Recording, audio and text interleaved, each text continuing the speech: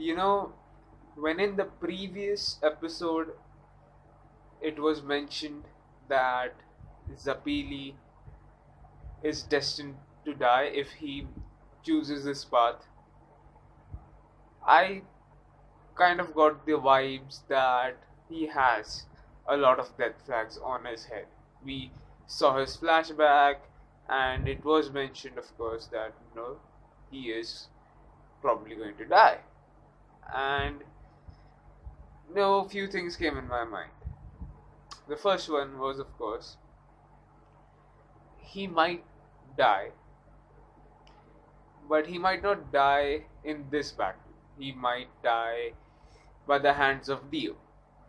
I mean, they could have copped out, right? I mean, in this episode by saying that, oh, he somehow changed his own destiny, something like that, and make it a bit cliched. I mean, sure, Jojo is kind of a cliched show, and that is what I thought. Or maybe it doesn't happen. I mean, he doesn't die at all. I was wrong. I was terribly, terribly wrong. Zapiri dies in this episode, and he dies he dies a very painful death. I mean, I really felt bad about that. I mean, I know I'm laughing right now, I'm smiling and giggling, but seriously, that wasn't a good sight, honestly.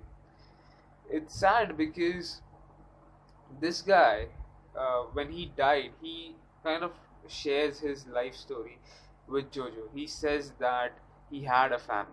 He says that he had uh, children, and he abandoned them just so that he could train and he could find that mask and destroy it. He wasn't able to meet his family ever again, and of course he would be never able to meet his family again because he is dying, of course, and he's dead.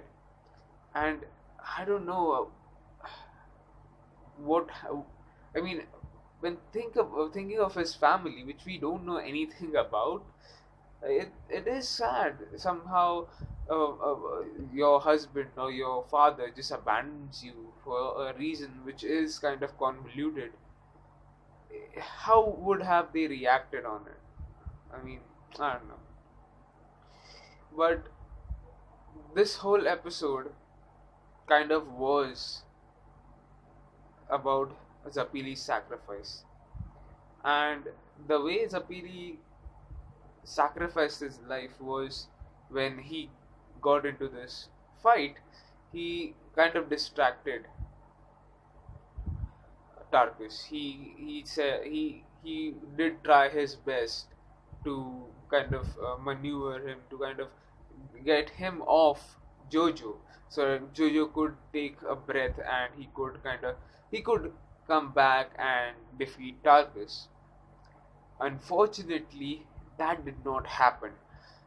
Targus wrapped around that chain around Zapili, and he squeezed. I mean, he pulled that chain so hard that it ripped him. It cuts him in half. It literally cuts him in half. I mean, I don't know. I mean, see, this guy was awesome. He died. I liked Zapili's character, man. I don't know what to say right now because I really did not wanted him to die. But even with that, even when he's cut in half, his arm is chopped off, and his entire lower part of from his stomach down below is chopped off. He still manages to hold Jojo's hand, and he transfers all his knowledge, all his techniques, and all his strength, even his life energy into Jojo.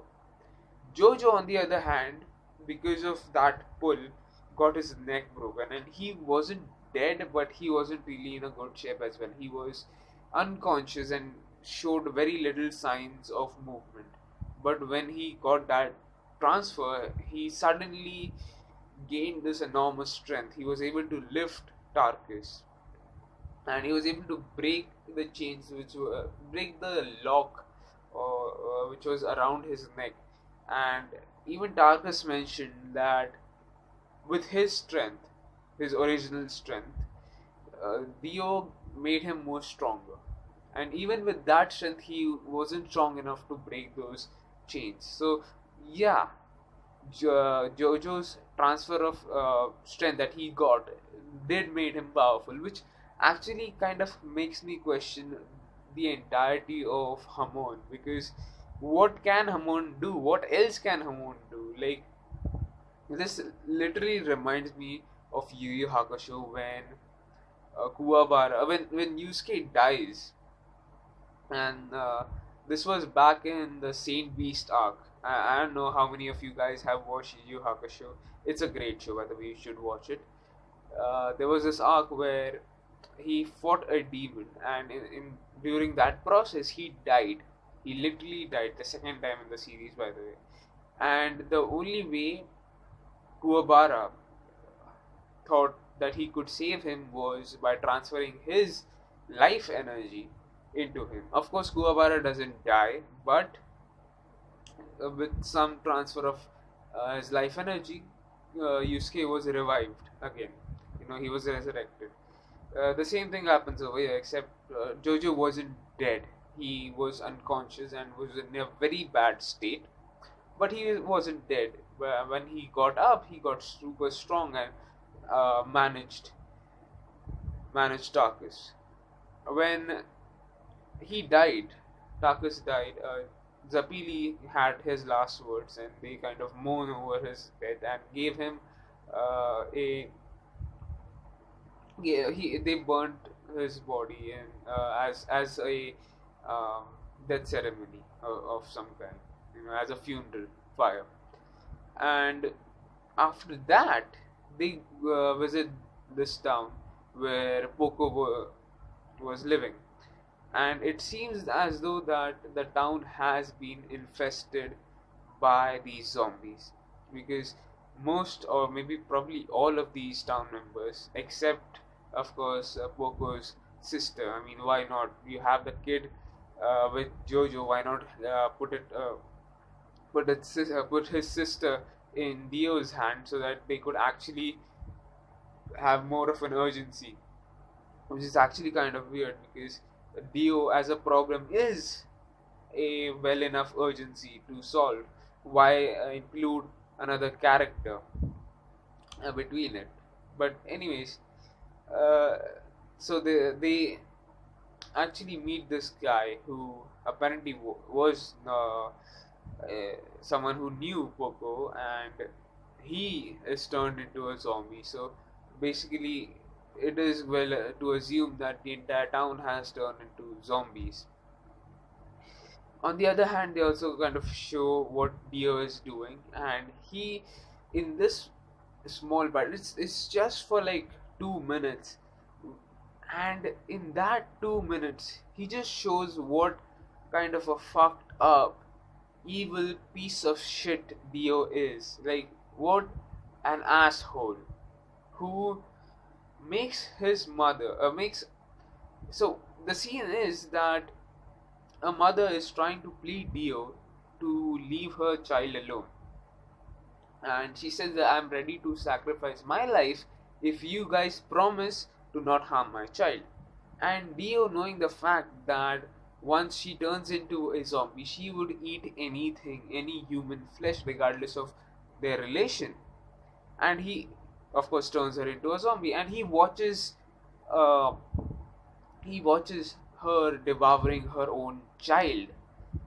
This is fucked up. Like, seriously, I mean, and the most fucked up part is that Dio was such an evil fucker before he got the mask powers. Like, now, since he has the powers of this mask, he's just able to perform these things which he wasn't able to do.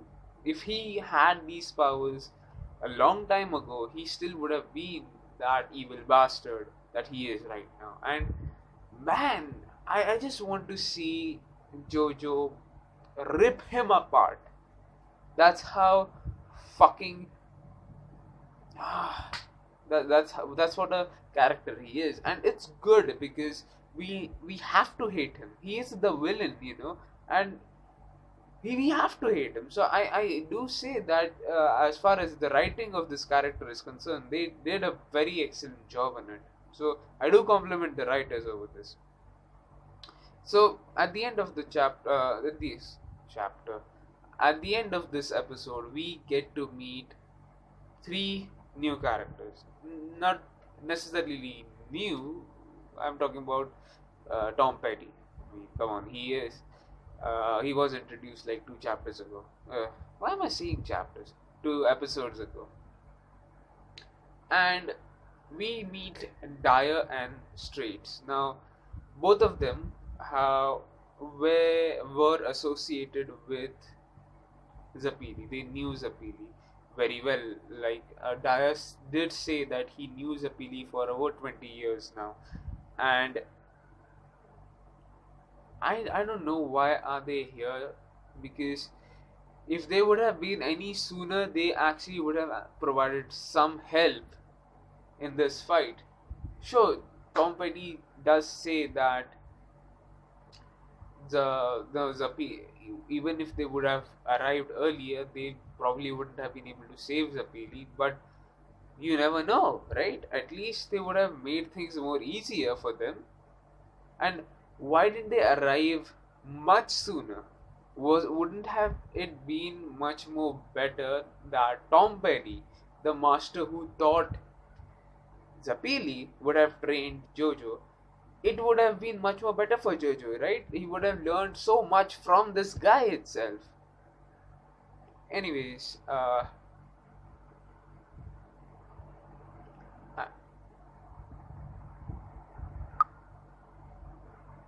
what do you guys think about this chapter? Please share in the comment section below. Till next time.